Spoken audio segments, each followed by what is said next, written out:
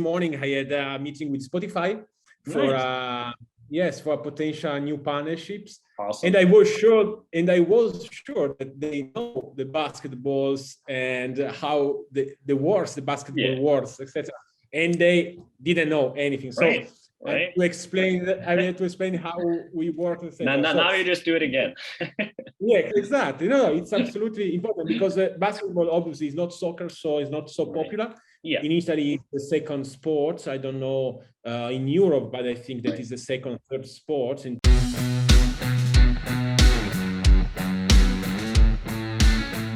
Hi everyone, and welcome back to the Sporting Global podcast. And today I'm here with Riccardo. And Riccardo, first of all, thank you for taking the time. It's a pleasure having you part of the podcast. And I'm really excited to, learn more about you, share more about your story and some tips that you have. And so thank you for taking the time.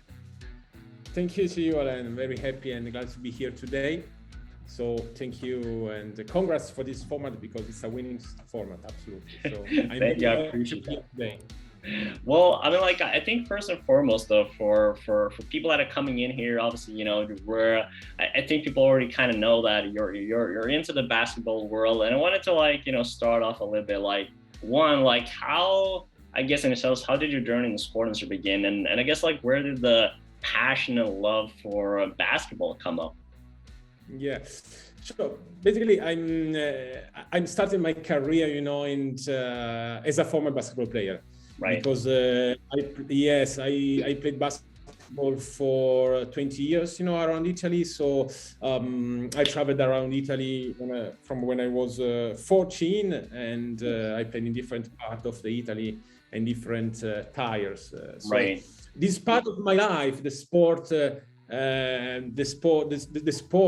career has been very, very useful in my current business career. Right. Because thanks to this amazing opportunity to travel and to meet, a lot of people, a lot of brands, a lot of companies, etc., helped me to create a very strong network. This is something that if I can give a tips, for students, for instance, that can follow this podcast, create a strong network from the beginnings. It's very important, for your business career because it's something that you can build, day by day. And so I built this network that helped me absolutely in my current company and my current business careers. After that, because every sportsman, has a hands of the careers, of sports careers. Right. I opened and I co-found a media and communication marketing agency based in Turin, in Italy. Nice. Where I currently live. Right. And we are focused, as an agency to help companies and, companies to embrace, sport, to enter, in the sport. We helped company to enter in the sport as, vehicle of, communications, have reputation, considerations, etc. Because sports, in my opinion, has, a very big potential in terms of vehicle also, important messages, etc. Right. Has a lot of exposure. So it's very important also for the company to consider sports, as a good partner. Yeah. After that, after 5 years of my agency, I had the occasion in 2015 to join, the LNP, my current company. Yeah. LNP is the Italian National Basketball Leagues that manage, all the championship, men basketball championships. That's awesome. Of Tier 2 and Tier 3. Right. So A2 and Serie B in Italy. And we are one of the biggest sports leagues rights holder in Europe. Nice. Because we count around 92 teams, and more than 1.4K players for more than 1.5K matches per year. Wow, that's a lot, man. Yeah, a lot. And a very, so it's, for instance, when I joined the LNP in 2015, we were 220 teams. So more than 2 times. Yes, because we were also the tier 3 of championship. So we were too much, you know. Way too much. Yeah, way too much. But yeah, I wanted to talk a little about, you mentioned, the importance of networking. I mean, like, of course, we'll talk a little bit like the tips later as well, like during the podcast. But I wanted to like touch a little bit upon it, because I think it might be, sometimes a challenge for athletes, I guess, in a sense, for thinking that, oh, there's a what did I do once I'm done playing? Kind of like you don't start thinking about that early enough. And so just take us a little bit through, like, I guess, ways you started, networking kind of like while you were a player, like thinking about these things already. What were some things that, you were very focused on to build that network early? Basically, when you are a basketball player, we are a professional player, Yeah. Yes, you don't think too much, at the network, or how can you build your future, So, because you are focused on your career, you are focused to do the better, to maintain, to keep you, as a professional player. And we are speaking about basketball. Basketball is different from soccer, for instance, soccer also in terms of economies and salaries, etc. So basketball, I think, is almost mandatory to create, to think about, what you can do later. So network, for instance, when you play in some teams, in some clubs, you speak with your sponsor, with your brands, with your all the stakeholders around clubs, etc. And it's important to also, for instance, create a LinkedIn profile as a player, because you can be in touch with your stakeholders, as I mentioned before. And but I currently work with also some athletes, because we represent clubs and athletes, and they are in this era, in this period, they are very, very, very, very attention and careful about these topics. It's important to create a strong network with this kind of company or brands. So, for instance, during the meetings for instance, during the Christmas, meeting of the company, where all the brands are invited for Christmas, New Year, etc., to create network, to maybe speak about what they do in your company. How can I help you as a player now and maybe later? And so keep in touch after the match, for instance. So there are specific actions that now a lot of players are more attention than before. Maybe because they know that also the pandemics change the things and the rules. No, that's a really good point. Yeah, the pandemics, absolutely. I can live, and I have also the opportunity to live with athletes, etc. As the pandemics change drastically the minds of the players. Absolutely. Yeah, no, for sure.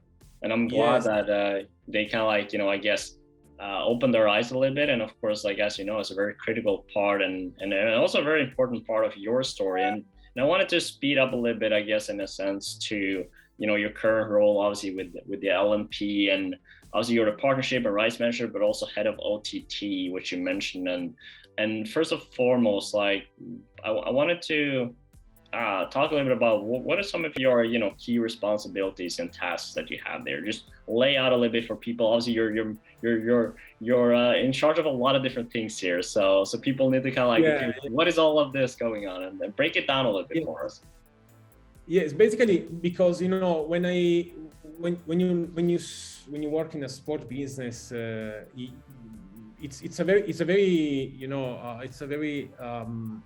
wonderful place, very wonderful, area, sector. But you will also to work with a very tight deadlines, a lot of pressure, you have also to be ready to do different things in the same time. So for this reason, in my leagues, for instance, the LNP is not a very huge league. It's not like La Liga, for instance. We are around 15 employers so employees. So yeah. I started as a head of digital and OTT, and then I moved also as a partnership and rights manager. Why? Because when I started in the league in 2015, I had also the occasion to launch the first OTT platform. Right. It is called LNP Pass, and now is the 7th year that is live. Yeah. We now represent one of the most important revenues for our league. So nice. We were the first leagues in Italy to launch our own OTT platform. That's awesome. Private OTT platform.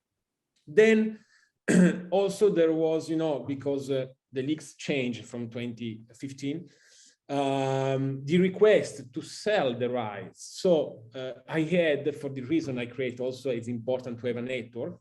I had the contacts, with the best leader company in terms of betting, etc., as Sportradar, Sport, etc. So thanks to my network, I also was in charge to create a value of our data and media. So I also cover this part of the company as a partnership rights manager. So basically in the OTT, at the head of OTT, I'm in charge to lead, the platform, so to create new contents, to engage fans, to involve partners in, in this specific platform. Yeah. And it's absolutely easy to understand how it's important now the OTT after the COVID, because thanks to the OTT, we were live and we could entertain, engage, and involve, sponsor, partners, players, fans during the pandemic outbreak. Right. So it's very important. So my role in the OTT as a head of OTT is to maintain and to grow, day by day the platform. As a partnership rights manager, my role is to find new deals for media and rights, media and data and video rights partner. So I weekly speak, and deal with some of the most important data company as Sportradar, etc. Nice. And this is very important because normally when we sign an agreement with one of them, the agreement is a very long-term agreement, more than 5 years. So it's very important to find the right partner, absolutely, because also thanks to them you can increase your reputation, etc. So it's the OTT is OTT is more daily work, Yeah, I get it. The rights and partnership role, it's more commercial. So when you find the new deal, when you find the right deal, etc., we have just to maintain and to manage, the relationships, and that's it. So these are the two focus of my. And you talked about OTT, and I was thinking a lot about it when you were saying, like, in terms of like how important it was for you during the pandemic, right? And obviously, we can touch upon like a little bit more depth in that in terms of from a revenue standpoint, but I think one of the key lessons here, which obviously you can touch a little bit upon as well, was that the fact that you had this in place already for so many years, it made kind of like the pandemic situation like a lot more manageable for you to kind of like, okay, how do we yes, adapt to the situation, but you already had the foundation in place, like you didn't have to like, oh, we have to add OTT, or we have to like, bring in this digital tools and assets in order to help the league, maintain revenue and grow, and so talk just, I guess, a little bit just about how important that foundation was for the pandemic and just going through that stage and having that OTT already in place. The pandemics was very dramatic area in terms of revenues, because not just for revenues from OTT, but also for the sponsor, for the partners, and has been affected so much. Right. I have to be honest. We reduce, our partner, our sponsor, investment, etc. Right. But at the same time, I think that you have also to see that the pandemic gave us a great opportunity, right. to think out of the box, right. to keep you alive and to keep you. So, for instance, in our company, we decided to invest a lot during the pandemic on the video contents, so to create value to the contents, because the attendance, there wasn't attendance at the stadiums. The championship stopped, so we stopped the championships for I think 6 months, something like that. A long time. Long time. So it means that no attendances, no sponsor investments, no new subscriptions on the platform. So it's a very dramatic, very difficult moment. So we think we thought out of the box, and we decided to invest, to use something that we already had, that was the OTT platform. We invested on that, so creating a bespoke, contents, engaging players, engaging sponsors, engaging partners, etc., to increase our revenues. Also, we launched a new package of subscriptions, but maybe just for enjoy one episode or something like that, to involve and to engage fans. So and I think now I can set word for the period that there was the outbreak, etc. And but was for me was a challenge for me, for the leagues, a very challenge, because we lived with attendances, with sponsors, with partners, and when something like that happened, you have to be ready to switch from play A to play B in a very short period, immediately.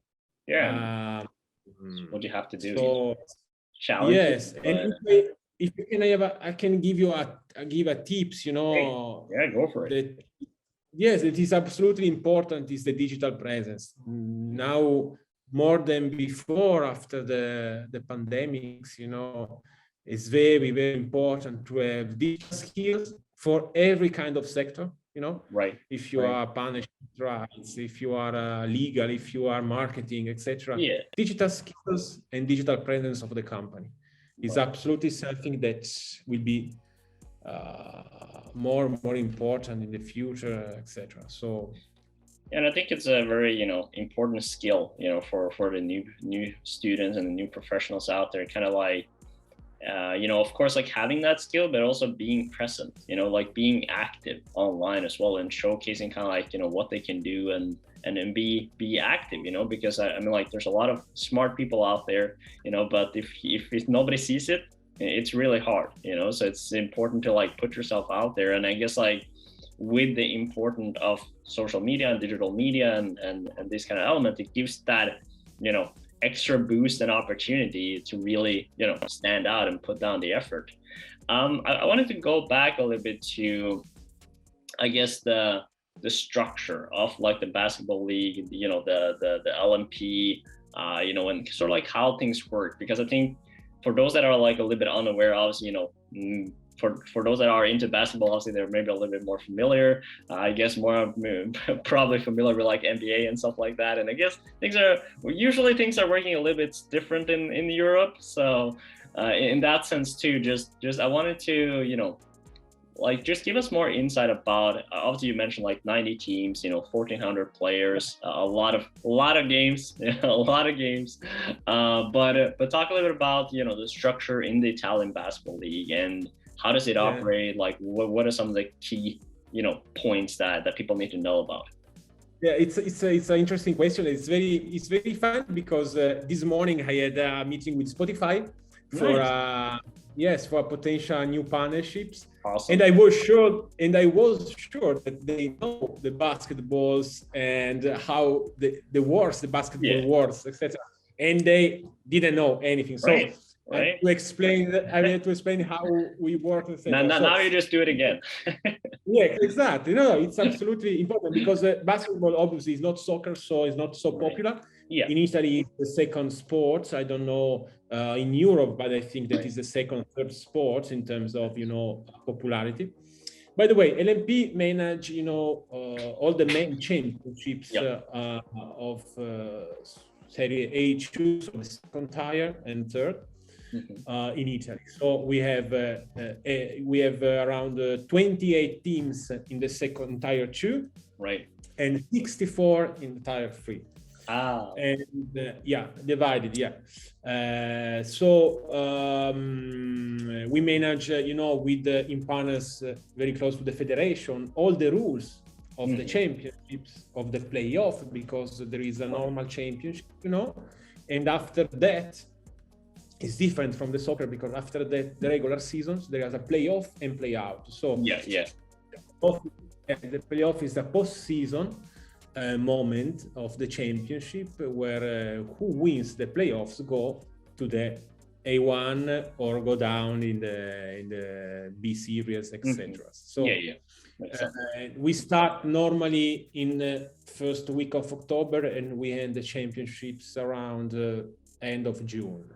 So it's longer than football, for instance. Right. And, we play every week, so we don't know what means holiday, etc. There's no breaks. Yes, correct. Right. Correct. And also we have 2 big events that are Italian Cups and Super Cup. Super Cup is in October and works as a pre-season tournament that is managed by our leagues. Right. And Italian Cup is in the middle, is around March. We had last month in the beginning of March in the middle of Italy, which we change every year the location, where the first 8 teams play and for this trophy the Italian Cup for 3 days. Nice. From Friday until Sunday, and in just one location, in one arena. Okay. And so it's a very interesting format, right, to winning the Italian Cup. Right. And so I mentioned before, yes, we are 92 teams, more than 1.4K players that plays in our teams. And we broadcast via our OTT because our OTT is the only way to follow all the matches. More than 1.5K matches per year in exclusive way, plus all the video on demand service that is possible to follow and to watch again whenever you want or whenever you want. And we are we work closely to the federation and to CONI. CONI is the government body of sports in Italy. Okay. So yes, it's very interesting because you had the occasion to speak with the presidents of federation, presidents of CONI, president of government bodies. So yes, because you are a league, so you represent a lot of teams, etc. That's it.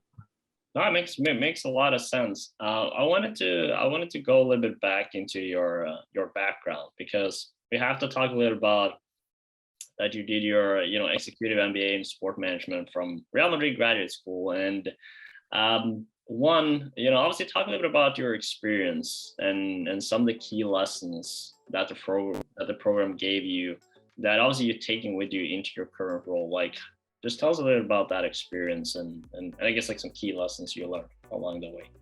Yeah. In a few words, I think that the Real Madrid Academy School and the executive MBA attended 2 years ago has been one of the most important choices of my life. And I want to be honest with you. So the reason is that, I think that a good manager needs to invest in himself every time, every time in educational or in a lot of things, to increase their skill, their experience, etc. So for me, at the time, there was the right moment to invest in myself in an international, environment. Yeah. So exactly. So to boost, my background, my skills, etc. And I found in Real Madrid Academy School the perfect way and the perfect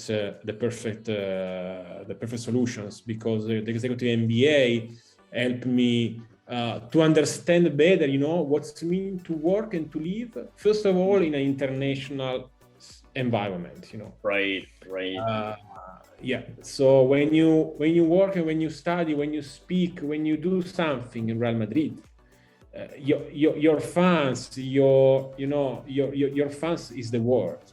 Mm-hmm. When you speak as a Real Madrid, you speak to the world. Right. So I'm used to speak as a LNP manager, and I speak to the Italian fans, but Real Madrid is the world. So it's absolutely, you can breathe, this environment, this international scenario. So right. There are two key lessons that I also put in my current experience. Mm-hmm. And one is, the teamwork, because I didn't know, and I didn't know, but study and worked, because it's more, it's not theoretical master, it's very, very practical. So you had the occasion to work every day with professional business sectors, right? And exactly. And so at the same time, you work and you study with a lot of students from all around the world. So you meet, different culture, different habits, different behaviors, experiences. So it's something that open your mind, absolutely. Right. And this is one of the most important things that I can take in my current positions, because open absolutely your mind to understand also how other peoples can react following their cultures, etc. The second is the teamwork, absolutely, because a good leader needs also to be, a good manager needs to be also a good leader and a good teammates. Okay, right. So when you study, for instance, in the Real Madrid Academy School, graduate school, you are always in teams. Okay, so you are maybe 2, 3, 4, 5 persons in the same team, different, from all around the world. Yeah, and you have maybe lead this team for the first time. Yeah, so it's something that you learn there. You learn how to manage people. Right. And these things are very important in my career, because I currently lead small teams, but I lead teams. Right. And Real Madrid Graduate School absolutely helped me to manage to have a very good relations with the teammates, especially if they are, come from different parts of the world, etc. So teamwork and international experience are the two main key lessons of Real Madrid Graduate School. Yeah, it makes a lot of sense. I think a lot of the things that you're touching upon here is very critical. And I mean, like you just mentioned as well, like having the meeting that you had, earlier today, and like the different kind of, international partners and the stuff that you work with, like having that kind of practice, that kind of insight is extremely valuable.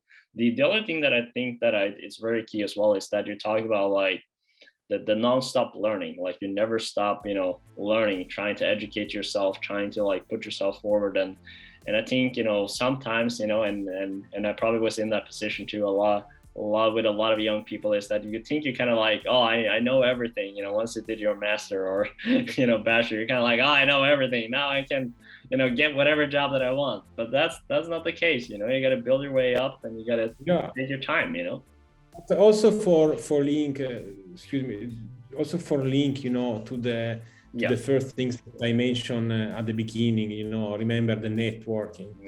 Everything is part of networking. So experience in the primary graduate school, it's also networking. So everything is linked, so we created networking of company, of professionals, people.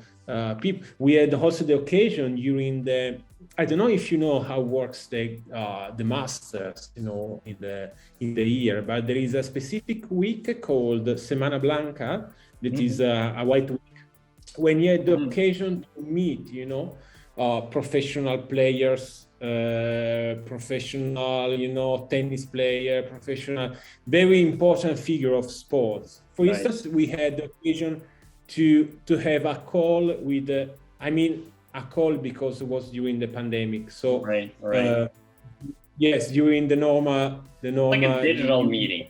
I'll just call it that. But we had the occasion to meet, Rafa Nadal, David Beckham, Real Madrid, some players from the Real Madrid, from La Liga, from NBA. So I think that this kind of experience is difficult to find, outside the normal, life. So yes, and you can learn more during one lessons in Real Madrid Academy School that in a normal book, because you can touch in a real person, in the first person, someone that maybe as did before you the same path, So it's very important, and yes, absolutely. And it's been one of the most important choices of my life. And I'm honest with you, I'm looking for maybe to find a new master in the next two years. Because it's important to invest in yourself. Absolutely. And I'm glad to hear that, of course. And it's always important, putting never stop learning and always try to educate yourself. And there's always new things coming up, right? Like there's always new technology, new innovation, you have to stay on top of the game if you want to make results and change how things are being done. And I think we talk, a lot about your experience, a lot about what you're doing, and we're really diving more and more into the tips here. And sort of to wrap up the podcast, I wanted to just, if you want to, think about, students here that are, obviously you're trying to get their foot in the door in the industry, and you talk about a few key things already, networking, international experience, team working, but if you want to I go a little bit more specific, they perhaps want to work for a league one day, perhaps with basketball, perhaps in sort of a league format. What kind of key tips, would you have for them? Basically, as you mentioned before, never stop learning. So invest in yourself, in your skills. So travel a lot. Because it's important to travel, to meet people, to know culture. Watch a lot. If you love sports, and I hope that you love every sport, not just basketball, for instance, because it's very. No, you have to be open to all the sports if you love sport, want to work in the sport business. So watch a lot of games, because I love to watch a lot of games of different sports. Try to be curious. So try to be interested about what happens behind the scene. There are now it's easier than before, because now there are a lot of, for instance, documentaries or Amazon, for instance, a lot of, Amazon and Netflix, they all doing these behind the scenes shows. Correct. But it's important because you can see now something that you couldn't before. And so try to be informed and try to be updated about, what's happened out of there. But not just in sport, in every sector, because for me, the contaminations from sector is important, because in the sport, we can take some lessons from automotive, for instance, or from, other sectors. So you have to be an open mind. Sports is very funny and perfect sector because it's involving every year. Every year, the sports involving a lot, in terms of technology, in terms of communications, etc. Right. And the second and the most important tips is to have a digital skills. Absolutely, you have to be absolutely informed, and updated about the new technologies. Right. It's a interesting thing that I want to tell you today. We launched a new partnerships in our company with an automated camera solutions. Nice. So there are some games in some arenas that are covered by an automated camera that works with artificial intelligence. So there is no service in the court. There is no person, anyone, just this camera that's follow the match. An automated solution. So this is something that is important to be to have an overview and to be attention, to be very, very, very focused to all the new technology and all the new also the new media channels. For instance, Twitch, TikTok, etc. Is something that you have to evaluate, and you have to be skilled of this network. And it's not important if you want to follow a career in partnership or rights, digital communications, legal. Now, more than before, in the sport, especially in the sports business, digital is something that is mandatory. 100%. I think it's a perfect way to wrap things up, Riccardo. With that, I would like to thank you, so much for taking the time and for sharing your story and insights with us, and some really great tips, for all these young, students and professionals to think about going into the industry. And as always, if you've been here all the way at the end, make sure to like the video, subscribe as well, and sign up for sportingglobal.com if you haven't already. It's your place, to build valuable connections, network, as Riccardo was talking about. Gaining knowledge, find relevant programs and courses, from some of the best schools in the world. And of course, international experience. That Riccardo talked about all of this stuff, and you can do that as well in the Sporting Global platform, find relevant opportunities, from sports tech companies, leagues, teams out there looking for, internships, part-time roles, full-time jobs. There's a lot of cool stuff out there, so make sure to check that. And before we wrap up, Riccardo, I have one final, I guess, challenge for you, or we have like this tradition on the Sporting Global podcast that we do on every episode, and I have to teach you a little bit Norwegian. That's like the final thing that we have to do. So with every video we do, we always finish with "Vi snakkes," which means "see you later" in Norwegian. So that's what you have to say. See you later. Okay. And I want to also launch a channel, follow LNP, because maybe you don't know, but LNP is a very good championships, and you can follow, you can subscribe all around the world to our platform. Absolutely. So. Awesome. They will do it. All right. So you wanna try to say "Vi snakkes"? Vi snakkes. There you go. Perfect. Great job, Riccardo. All right. Thank you so much. Thank you so much.